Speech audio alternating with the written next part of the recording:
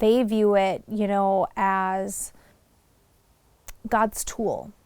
On Saturday, April 12th, a truck collided with a horse-drawn buggy in rural Delta County. 2 Amish women and 2 children were thrown as the truck destroyed the carriage. The Delta County Sheriff's Office said it happened on 18th Street, near H25. Ron Germain, who owns a historic farm at the intersection, said while the buggies are a common sight, so are speeding cars. You assume it's bound to happen at some point, as traffic doesn't always go slow for them. Some can go crazy fast for a country road.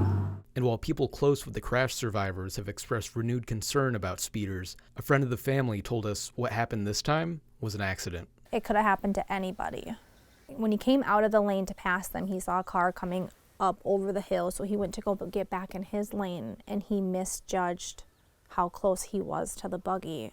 And as soon as he clipped it, it sent him flying. That's Michaela Van Ankevort. She's friends and neighbors with a family in the local Amish community. And when someone told her about the crash, she feared the tragedy would be closer to home.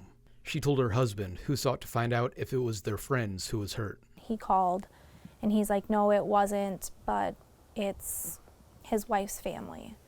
And my heart just immediately dropped. One of the children was able to walk away from the crash. And days later, the 13-year-old checked out of the hospital with only a broken leg.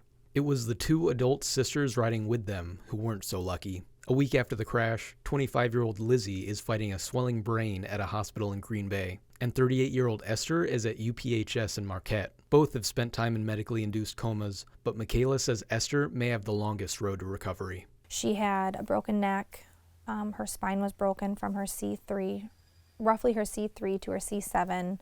Her pelvis was broken. There's an 80% chance she'll be paralyzed from this. It left their father with an immense distance between the 2 places he knew he had to be, and needed help outside his faith community to cover it. Told my husband, whatever Elias needs, I'm there. And I got a call on Sunday morning asking to bring them to Marquette. She was more than willing to oblige, but felt the need to do more. For any family in a medical emergency, having enough money to endure them can be an insurmountable hurdle.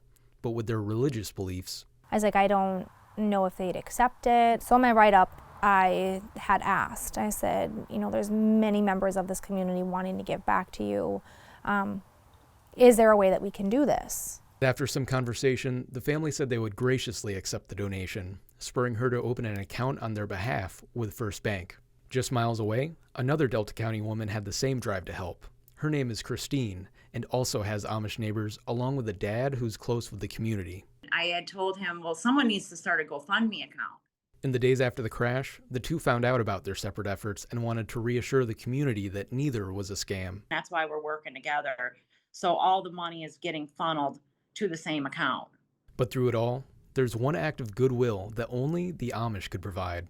Michaela and Christine say that a cousin of Lizzie and Esther sought out the man who was behind the wheel. Went over and talked to him, and he is shaken up by it. He's mentally distraught. They told him that, it was an accident. Do not carry this burden. We forgive you. As for the Delta County Sheriff's Department, the matter is still an open question. We'll update you as we learn more, and you can find links on how to donate on our website. In Riverland, I'm Skylar Perkins for MyUP News.